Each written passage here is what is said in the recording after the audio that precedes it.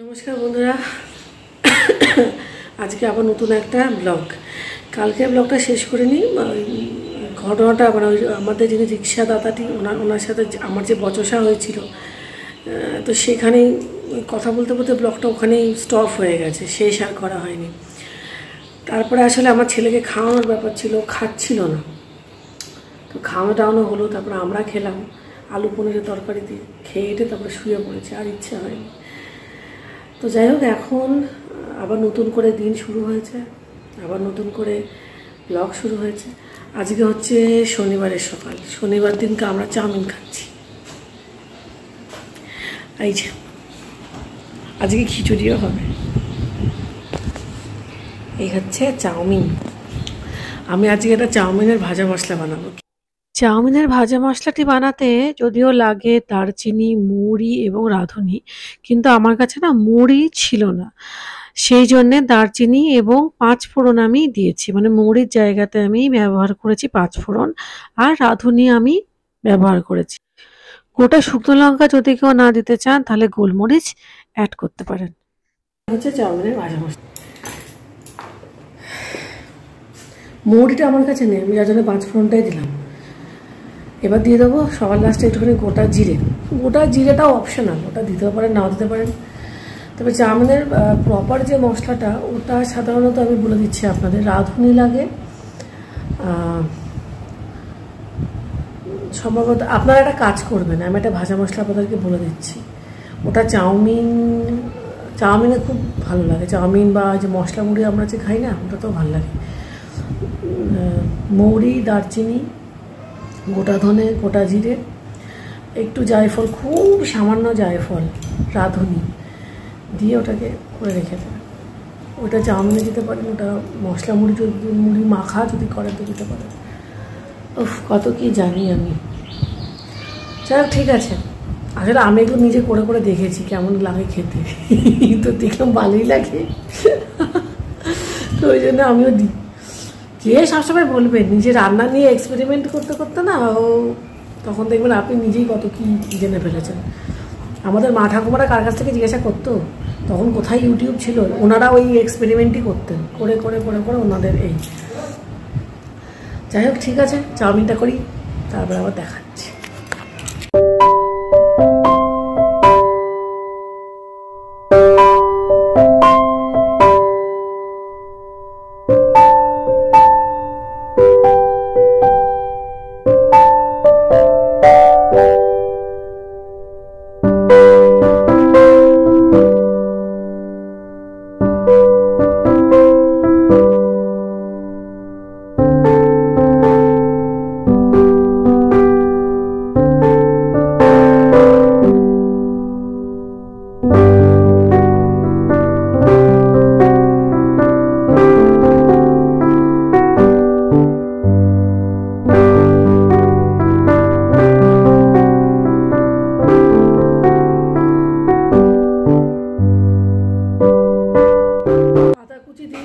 আলু দিয়ে দিয়েছি, পেঁয়াজ দিয়ে দিয়েছি, আর লঙ্কা দিয়ে দিয়েছি। এবার চাউমিনটা দিয়ে দেবো, আর দিয়ে দেবো হচ্ছে ভাজা মশলাটা।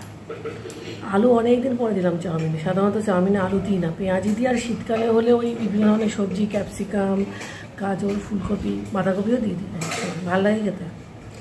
আজকে আলু চাউমিন হবে, তার কারণ হচ্ছে আজকে ডিম দেবো না চাউমিনে, খিচুড়ির সঙ্গে ডিম বাচ্চা খাওয়া হবে, সেই জন্য দুবেলা ডিম পেটে সইবে না। তো এইবারে মোটামুটি হয়েই এসছে, আলুগুলো আর একটুখানি সেদ্ধ হবে। এবার চলুন একটুখানি আপনাদেরকে দেখাই আমাদের বাইরের অবস্থা। আমাদের না জানেন তো, দীঘা, পুরী কোথায়ও যাওয়ার দরকার নেই, আমরা দীঘাতেই থাকি। মানে এক একটা করে বাইক যাচ্ছে না, আর ঢেউ ঢুকছে উঠানে, এত ভালো লাগছে না। কালকে আমার হাজব্যান্ড বলছিলেন যে উঠানটাতে একটা ছাতা নিয়ে, চেয়ার নিয়ে বসে, মানে যদি বসা যায় তাহলে বেশ জলটা এসে এসে পায়ে লাগবে আর চলে যাবে, অনেক বেশি। দাঁড়া, তোমার ওই আইডিয়াটা একটু বলো।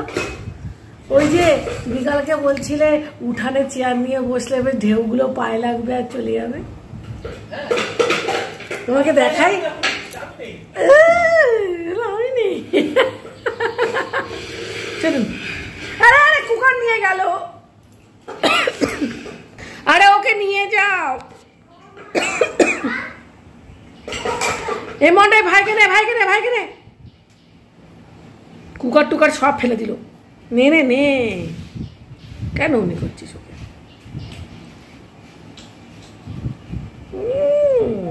ও তোর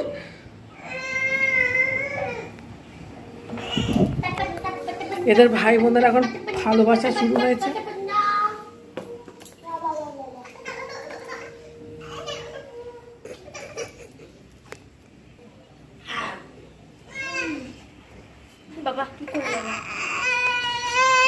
দাঁড়া এক সেকেন্ড, এই যে বালতিটা ওকে নিয়ে যাও এখান থেকে। এই যে বালতিটা এটা ছিল ওইখানে, জলের ঢেউতে এটা এখানে এসে দাঁড়িয়েছে। আর যা ঢেউ দিচ্ছে না, একটা গাড়ি গেলে আর দেখতে হবে না, সমুদ্রের ঢেউ হচ্ছে। সত্যিই তাই, এই অবস্থা সমুদ্রের ঢেউ। আমার ওই ইয়ে গাছটা মানে কলকে গাছটার না গোড়াতে জল নেমে গেছে, কালকে ভয় পাচ্ছিলাম যদি গোড়াতে জল থাকে। যাই হোক, এই হচ্ছে অবস্থা। বৃষ্টি হয়েছে আরও আছে বাড়ির, মানে আমাদের না কিছু আর একটুখানি বৃষ্টি হয় না, টাইলসে জল উঠে যাবে। এই টাইলসে না জল উঠে যাবে, এই এতটা অবধি অলরেডি এসে গেছে। এই অবস্থা।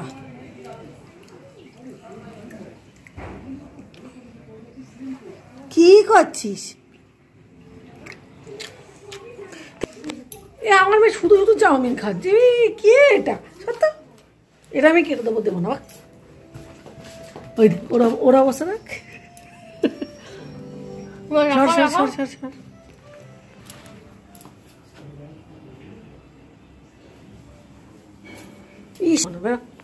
পরে যখন রান্না করবো তখন। যাই হোক, দেখা যাক আমার আলু কতটা কি সেদ্ধ হলো।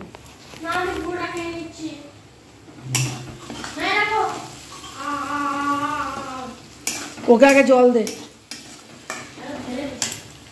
আলু তো সেদ্ধ হয়ে গেছে। আমার গাছের লঙ্কা, লঙ্কা বাগানে গিয়ে লঙ্কা তুলে আনলাম, অনেক লঙ্কা, অনেক লঙ্কা। এই অনেক লঙ্কা হয়েছে, অনেক লঙ্কা, ঘন্টাখানিক লেগেছে লঙ্কাগুলো। ওই লাল ঝোলের মধ্যে নিয়ে নি। এই যে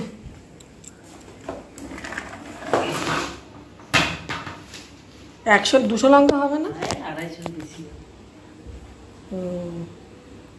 অনেক লঙ্কা আছে।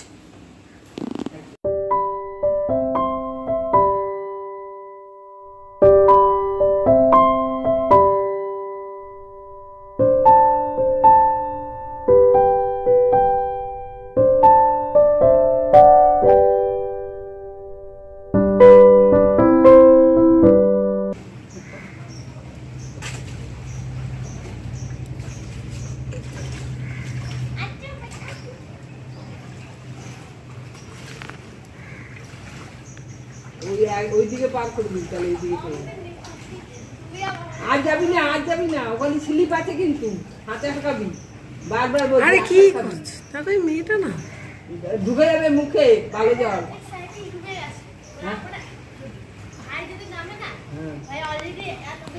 এত না, পুরাই ডুবে যাবে।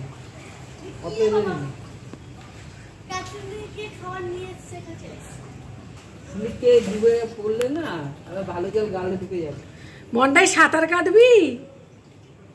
তোর তো ওই রকমই মনে হচ্ছে।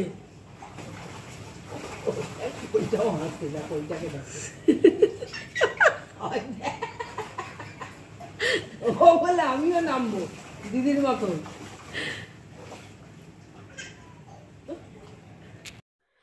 যাই হোক, চাউমিনের ভাজা মশলার কথা তো আপনাদেরকে বলিয়ে দিলাম। তো এইবারে একেবারে ভালো করে সস টস দিয়ে আমরা আর কি পেট ভরে ব্রেকফাস্ট করেছি। আজকে আমাদের দুপুরের মেনু প্রথমে ঠিক হয়েছিল খিচুড়ি আর ডিম ভাজা, কিন্তু পরবর্তীকালে সেটি পরিবর্তন করা হয়েছে। ঠিক করা হলো যে খিচুড়ি খাওয়া হবে এবং তার সঙ্গে ঘ্যাঁট খাওয়া হবে। ঘ্যাঁট ওই আর কি বিভিন্ন শাকসবজি দিয়ে করতে হয়, তার জন্য লাগে পুঁই শাক, কুমড়ো, পটল, আলু, তারপরে আপনি চাইলে একটুখানি থোড়ও দিতে পারেন, বেগুন লাগে। মেনলি যেটা সবজির মধ্যে লাগে, যেটা না হলে ঘ্যাঁট একেবারেই হবে না, সেটা হচ্ছে অবশ্যই পুঁইশাক, বেগুন, কুমড়ো, পটল। এই ৩ টে জিনিস হতেই হবে। এরপরে আপনি চাইলে থোড় দিতে পারেন, চাইলে বরবটি দিতে পারেন, চাইলে বিনস দিতে পারেন। কিন্তু যে দুটো বেসিক সবজি, মানে যে কটা বেসিক সবজি না হলে ঘ্যাঁট হবে না, সেটা আমি বলে দিলাম। আজকে একেবারে ঘ্যাঁটের রেসিপিও আমি দিয়ে দেবো। তো যাই হোক, এখন বাজার থেকে সবজি আনা হয়ে গেছে। এখন একটুখানি কাটাকুটি করছি। পুঁইশাকগুলো আমার কাটা হয়ে গেছে। তো এইবারে কুমড়োটা কাটছি। কুমড়োটা অনেকখানি বড়।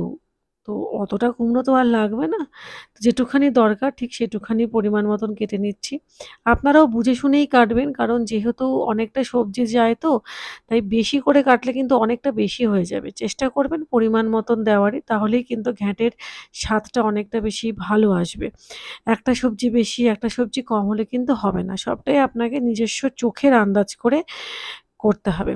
আমি সাধারণত ব্যবহার করেছি, পটল দিয়েছি পুঁইশাকে, মানে ঘ্যাঁট রান্নাতে। পটল, কুমড়ো, বরবটি, বেগুন দিয়েছি ২ টো, আলু দিয়েছি ৩ টে, কুমড়ো দিয়েছি হাফ, আর পটল ভুল বললাম বোধহয় বন্ধুরা, ২ টোর বদলে আমি ৪ থেকে ৫ খানা কিন্তু পটল দিয়েছি। এবং এই সমস্ত কিছু সবজি কিন্তু একসঙ্গেই কড়াইতে চলে যাবে, আলাদা, আলাদা করে দেওয়ার কোনো প্রয়োজন নেই। ওই জন্যেই আমি সবকটা সবজি এক জায়গাতেই কেটে রাখছি, যাতে করে অসুবিধা না হয়। তো এখন একটা বড় সাইজের আলু কেটে দিচ্ছি। এইরকম সাইজের আলু আমি প্রায় ৩ টে দিয়েছি। যাই হোক, মোটামুটি সবজি কাটা একেবারে শেষ। এবার খুব ভালো করে ধুয়ে নেব। তো কড়াইতে দিয়ে দিয়েছি কালো জিরে এবং রাঁধুনি বাটা এবং আদা বাটা। রাঁধুনি বাটা এবং আদা বাটাটা খুব ভালো করে কষে গেলে সব সবজিগুলো দিয়ে নুন, হলুদ, লঙ্কা, জিরের গুঁড়ো দিয়ে ঢেকে রেখে দেবো। রান্না করতে করতেই যখন বাইরের দিকে চোখ গেল, দেখলাম যে কালো অন্ধকার করে মেঘ ঘনিয়ে এসছে, মানে আরও একবার বৃষ্টি হবে। তো যাই হোক, এরই মধ্যে আমার খিচুড়ির মশলা করাও হয়ে গেছে। খিচুড়িতেও বিশেষ কিছু দিইনি। আলু দিয়েছি, বরবটি দিয়েছি, বিনস দিয়েছি, টমেটো দিয়েছি ৩-৪ টে। তো খিচুড়িটাও প্রায় সেদ্ধ হয়েই এসছে। আর খিচুড়িতে আমি আগেই বলেছি কি, কি মশলা দিই। আদা বাটা, জিরে বাটা, ধনে বাটা, রাঁধুনি বাটা, মৌরি বাটা, এই কটা মশলা দিই। আর খিচুড়ি করতে গেলে আমি সবসময় ফোড়নে ইউজ করি গোটা শুকনো লঙ্কা, দারচিনি, ৫ ফোড়ন, এই। এটাই হচ্ছে আমার খিচুড়ি রান্নার প্রসেস। যেভাবে করে দেখছেন একেবারে আমি এইভাবে করেই খিচুড়ি বানাই। আর এই খিচুড়িতে আমি ডাল ২ রকমের ডাল ব্যবহার করেছি, মুগের ডাল এবং মটর ডাল। আপনারা চাইলে ছোলার ডালও ব্যবহার করতে পারেন, যে যেমন খেতে পছন্দ করেন। খিচুড়িটা হয়ে যাওয়ার পরে স্বাদ মতন নুন, লঙ্কা, একটু মিষ্টি দিয়েছি এবং দিয়েছি ঘি।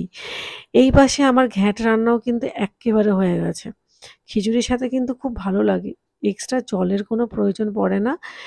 সবজি থেকে এবং পুঁইশাক থেকে যা জল বেরোয় তাতে করেই কিন্তু হয়ে যায়। তবে হ্যাঁ, অবশ্যই একটু সামান্য কয়েকটা দানা চিনির অ্যাড করে দেবেন। তাতে করে স্বাদটা কিন্তু ভালো হয়। নুন এবং ঝাল আপনাদের স্বাদ মতন দিয়ে দেবেন।